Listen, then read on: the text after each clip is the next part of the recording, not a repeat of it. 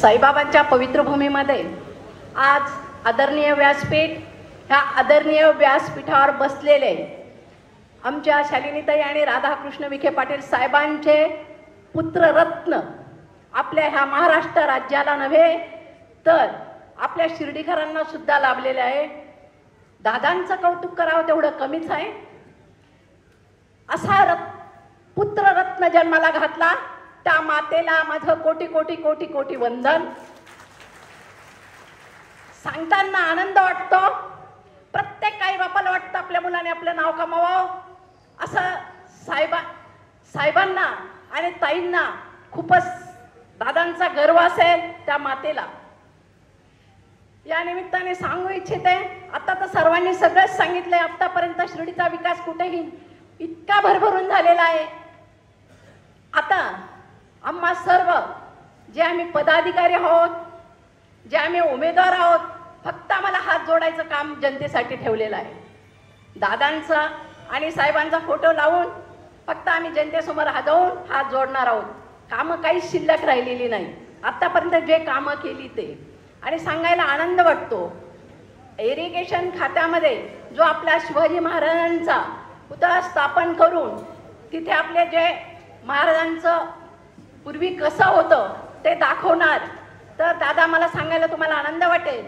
नामदार साहेबांनी छत्रपती मित्र मंडळाचे 25 वर्ष झाले, त्या 25 वर्षापूर्वी तिथे उद्घाटन केलं होतं। हे तुम्हाला मी सांगते, खूप आनंद वाटला। त्याच जागेमध्ये त्यांच्याच मुलांनी म्हणजे आपल्या दादांनी तो शिवाजी महाराजांचा तो पुतळ्याचं अनावरण करणार आहोत। माता भगिनींनो, असा नेता लाभणं म्हणजे खूप आपण भाग्यवान आहोत। माझ्या माता भगिनींना हक्काचं घर मिळालं, अजून काय पाहिजे। प्रत्येक मातेला वाटतं, प्रत्येक बापाला वाटतं आपल्या स्वतःचं हक्काचं घर आपल्या मुलांसाठी असावं। ते हक्काचं घर मिळवून देणारा आपला एकच नेता म्हणजे सुजय दादा। दादांनी आतापर्यंत जे जे शब्द दिले ते शब्द त्यांनी खरंच प्रामाणिकपणे पाळले। नेते फक्त आश्वासन देतात आणि कामं करत नाही, पण आपण फार मोठे भाग्यवान आहोत।